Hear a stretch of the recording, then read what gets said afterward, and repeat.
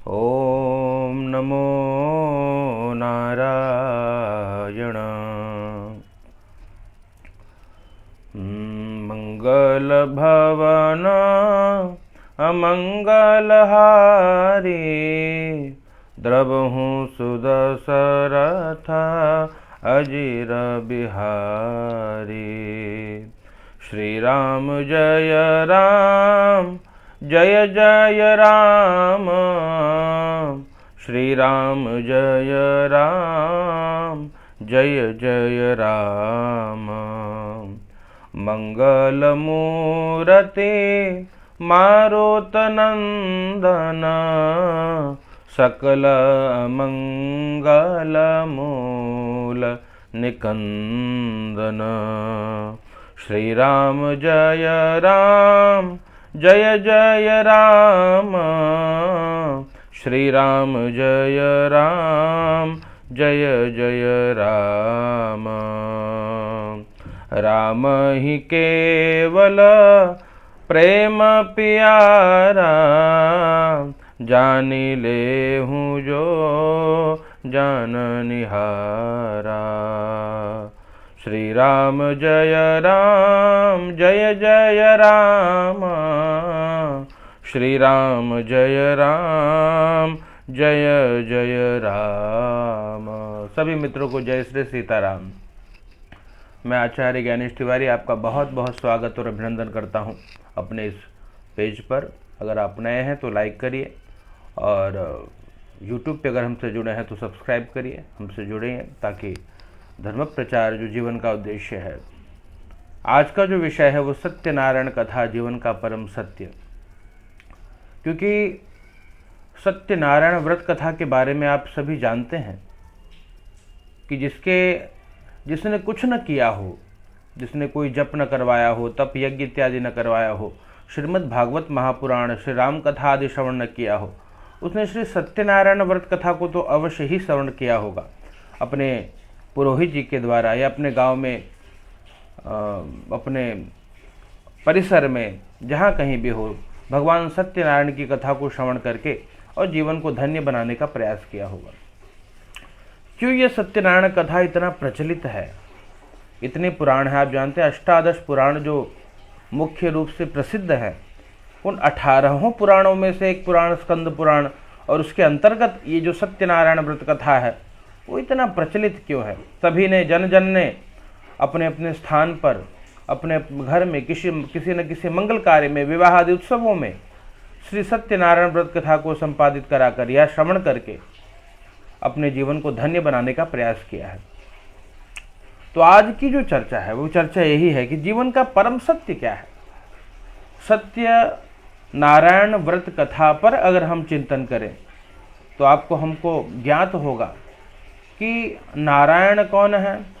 भगवान श्रीहरि, श्रीहरि जिन्हें हम भगवान विष्णु कहें, जिन्हें हम भगवान लक्ष्मीपति कहें, जिन्हें हम नारायण कहें, और उन्हीं नारायण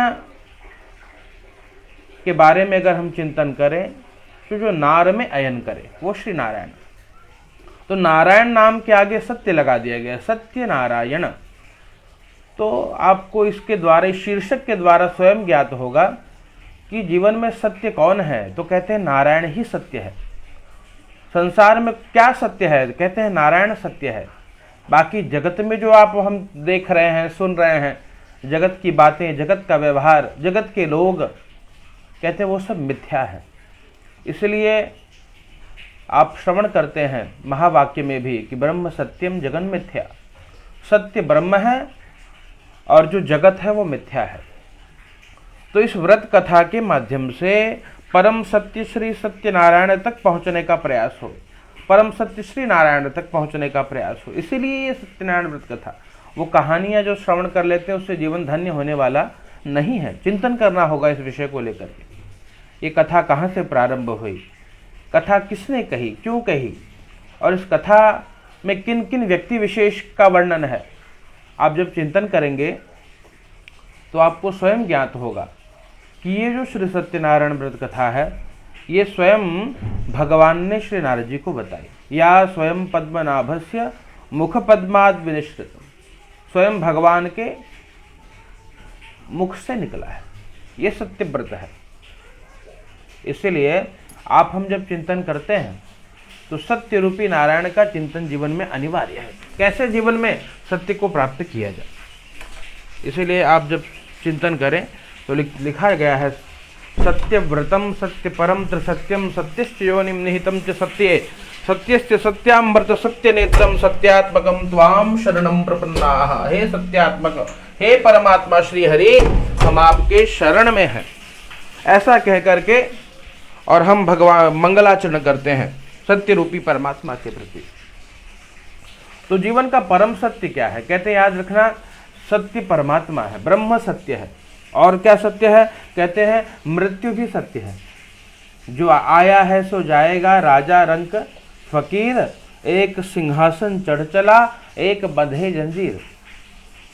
एक सिंहासन पे चला जाता है और एक जंजीर में बंधा हुआ चला जाता है। जाना सभी को है, मृत्यु परम सत्य है। और हम सभी की यात्रा वस्तुतः यदि हम चिंतन करें तो मृत्यु पर्यंत ही है। शरीर धीरे धीरे काल की गाल में समाने जा रहा है। ये शरीर, जब हम जन्म दिवस भी मनाते हैं तो कहते हैं 1 year old, 2 year old, 13 year old, 15 year old, 15 साल पुराना शरीर, 18 साल पुराना शरीर। ये शरीर पुराना हो रहा है, नया नहीं हो रहा है। इसीलिए क्या कहते हैं, मृत्यु सत्य है। और जिसने मृत्यु रूपी सत्य को जान लिया, कहते हैं भैया उसका जीवन में कल्याण ही संभव है।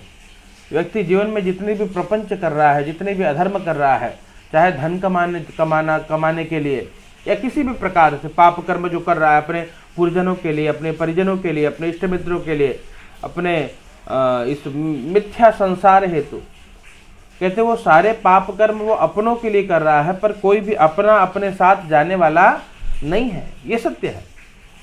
तो करना क्या है? सत्यनारायण व्रत कथा में चिंतन करें तो कहते हैं अपने जीवन को अगर आपको धन्य करना है तो नारायण की शरण में जाइए, भगवान के नाम का जप करिए, कीर्तन करिए। और एक सूक्ति है, एक बहुत बढ़िया, अब मुझे याद आ रहा है, 2 बातन को भूल मत जो चाहे कल्याण। 2 बातों को भूलना नहीं जो अपना कल्याण चाहता है। कौन से 2 बातें मित्रों? 2 बातन को भूल मत जो चाहे कल्याण। तो क्या? नारायण एक मौत को, दूजे श्री भगवान। नारायण एक मौत को, दूजे श्री भगवान। मृत्यु को ना भूलना और दूसरे भगवान को ना भूलना, जीवन में कल्याण हो जाएगा। इसलिए जीवन की सभी समस्याओं का समाधान हमारे सद्ग्रंथों में है। लेकिन समय क्या है? आप उनको श्रवण करिए या आप उनका अध्ययन करिए। इस प्रकार कहते हैं भैया स्वाध्याय करिए। अगर आप सद्ग्रंथों के सानिध्य में जाएं, संतों के सानिध्य में जाएं, ब्राह्मणों के सानिध्य में जाएं, जीवन का परम लक्ष्य आपको ज्ञात हो जाएगा। और जब शरीर जो है वो काल की गाल में समा रहा है, मृत्यु निकट है, जिस व्यक्ति के जीवन में मृत्यु निकट है वो पाप कर्म क्या करे। इसलिए हर दिन को हमको ऐसे जीना होगा कि शायद ये आखिरी दिन है, दोबारा कल हो ना हो, कल हम जगे ना जगे, कल ये शरीर उठ पाए ना उठ पाए, कोई भरोसा नहीं। क्या भरोसा है इस जिंदगी का, और साथ देती नहीं ये किसी का, साथ देती नहीं ये किसी का। इस जीवन कहते जिसके लिए हम भी पूरे प्रपंच बना रहे हैं, कहते शरीर जब साथ देने वाला नहीं है तो शरीर से जुड़े संबंध हमारा आपका कब तक साथ देंगे। क्या करिए? कहते भैया थोड़ा अपने लिए कमाई करिए। क्या अपनी कमाई? यहाँ जो कुछ कमा रहे हो संसार को बांटना होगा। पत्नी, पुत्र, परिवार, माता पिता, बंधु, सखा सब बांट ले जाएंगे। आपके साथ अपना क्या होगा? अपने साथ नाम कमाइए, राधा रानी का नाम, श्री राम का नाम, श्री कृष्ण का नाम, परमात्मा के नाम का जितना हो उतना स्मरण करिए। जरूरी नहीं आपको जो अच्छा लगे, भक्ति तो नवधा है भैया। नौ प्रकार से भक्ति करिए। और भक्ति से क्या होगा, कहते हैं आपको जो चाहिए वो मिल जाएगा। यहाँ भी राघव जी सब देते हैं, शरीर को त्यागने के बाद भी वहाँ भी मिल जाता है। ये नाम महिमा है परमात्मा की। इसलिए कहते हैं भैया, सत्यमेकम पदम ब्रह्मा सत्ये धर्मः प्रतिष्ठितः सत्यमेवाक्षया वेदा सत्येन वाप्यते परम।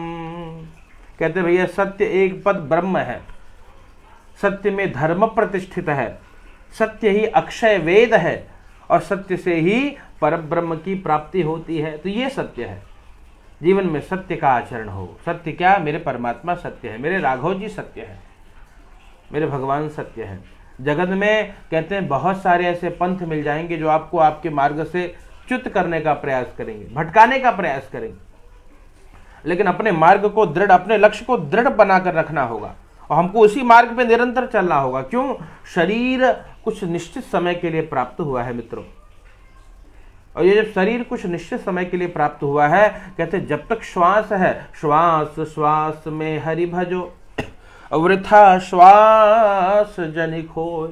श्वास में जपिए श्री हरि का नाम, राम नाम, कृष्ण नाम, हरि नाम, राधा नाम, जो नाम प्रिय लगे। श्वास श्वास में हरि भजो अवृथा श्वास जनि खोय। ना जाने इस श्वास की आवन हो या न हो। ये शरीर, ये श्वास जो है तो पुनः आएगा नहीं आएगा कोई इसका भरोसा नहीं है। क्या करिए, श्वास श्वास में हरि भजना प्रारंभ करिए और जितना हो श्वास में श्री राम नाम, हरि नाम, राधा नाम, जो नाम प्रिय लगे। और इस प्रकार से अगर जीवन में ये आचरण आ जाए, कहते राम कृपा से सब कुछ प्राप्त हो जाएगा।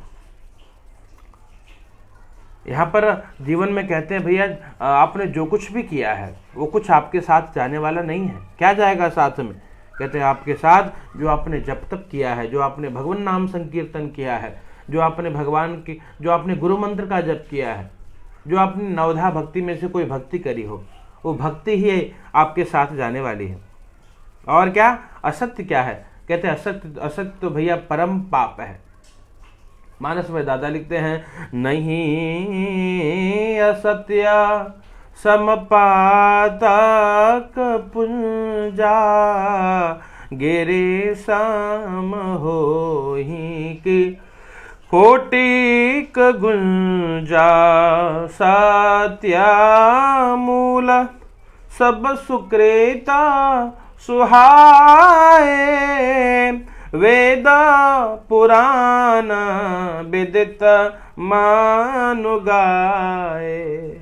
इसलिए सत्य हृदय में धारण हो, सत्य रूपी परमात्मा के शरण में जाने का प्रयास हो। इस अपने व्यस्ततम दिवस में से थोड़ा समय निकाल करके, व्यस्ततम समय में से थोड़ा समय निकाल कर हरि के शरण में बैठिए, भगवान के पास बैठिए, भगवान के नाम का आसरा करिए, भगवान से प्रार्थना करिए। आसरा इस जहां का अब मिले ना मिले, अब मुझको तेरा सहारा सदा चाहिए। चांद तारे फलक पे दिखे ना दिखे, मुझको तेरा इशारा सदा चाहिए। क्यों, यहाँ खुशियां है कम और लाखों है गम, यहाँ खुशियां है कम और लाखों है गम, और जहाँ देखो वही है भरम ही भरम, जहाँ देखो वही है भरम ही भरम। चांद तारे फलक पे दिखे ना दिखे, चांद तारे फलक पे दिखे ना दिखे, और मुझको तेरा उजाला सदा चाहिए। आसरा इस जहां का अब मिले ना मिले, मुझको तेरा सहारा सदा चाहिए। भगवान से प्रार्थना, भगवान आपका सहारा हो जीवन में, और कुछ नहीं चाहिए। जगत में कोई आश्रय की आवश्यकता नहीं, आपकी कृपा हो। राम कृपा जीवन में आ गई तो सब जीवन में भैया परिवर्तन संभव है, जीवन में सब कुछ बदल जाएगा। राम जी कहते, राम कौन, कहते राम तो भैया परमार्थ स्वरूप है। इसलिए भगवान की कथा नित्य श्रवण करिए। अब सत्यनारायण कथा पे ही चिंतन करें तो कहते हैं चारों वर्णों की बात आई है इसमें। चारों वर्णों की, ब्राह्मण की कथा है दूसरे अध्याय में, एक वैश्य की कथा है, एक शूद्र की कथा है, तीसरे में राजा की कथा है, चारों वर्णों की कथा है। इसलिए कहते हैं कोई भी सत्यव्रत कथा हो या श्री राम कथा हो, ये सभी वर्णों के लिए है, सभी वर्णों का कल्याण करती है। इसीलिए कहते हैं किसी भी वर्ण के हो, स्त्री हो या पुरुष हो, या भगवान ने जिस योनि में भेजा, ये भगवान की कथा तो कल्याण ही करेगी भैया। इसीलिए समय निकाल करके भगवान का आसरा लीजिए, भगवान का सहारा लीजिए। जगत में कहते हैं जगत में कोई किसी के काम नहीं आता, लेकिन काम कोई कब आएगा? जब राम कृपा हो जाए, भगवान की कृपा आ जाए तो कहते हैं भैया सबकी कृपा हो जाए। जहाँ पर कृपा राम की हुई ता पर कृपा करे सब कोई, सब कोई कृपा करता है। करना क्या होगा? समय निकाल करके राम नाम का आसरा लीजिए, कृष्ण नाम का आसरा लीजिए। और अगर सत्यव्रत पे चिंतन करें, कहते भगवान के श्रीमुख से निकली हुई ये कथा गंगा, और इसने पूरे जगत को कृतार्थ किया। आज तक ये कथा प्रवाहित हो रही है। कथा का मूल कितना सजल है, चिंतन करिए। भगवान के श्रीमुख से निकली है जब ये गंगा, कथा रूपी गंगा। इसलिए बड़े बड़े विधर्मी आए जिन्होंने कहा कि राम असत्य है, कृष्ण मिथ्या है, ये करने की आवश्यकता नहीं, हनुमान जी क्या कर लेंगे। लेकिन आज तक लोगों का विश्वास परमात्मा पे बना है। लोग फिर भी भाव से भगवान को भजते हैं अपने विधा से। सबकी विधा अलग अलग है, पद्धति अलग अलग है, तरीका अलग अलग है, लेकिन भजते परमात्मा को है। क्यों? कुछ मिलता है। परम सुख की अनुभूति भगवान के श्री चरणों में ही होती है, बाकी कहीं सुख मिलने वाला नहीं। संसार में आप जहां जाओगे, कहते सुख के साथ में दुख लगा हुआ है, लेकिन परम सत्य की अनुभूति परमात्मा की कृपा से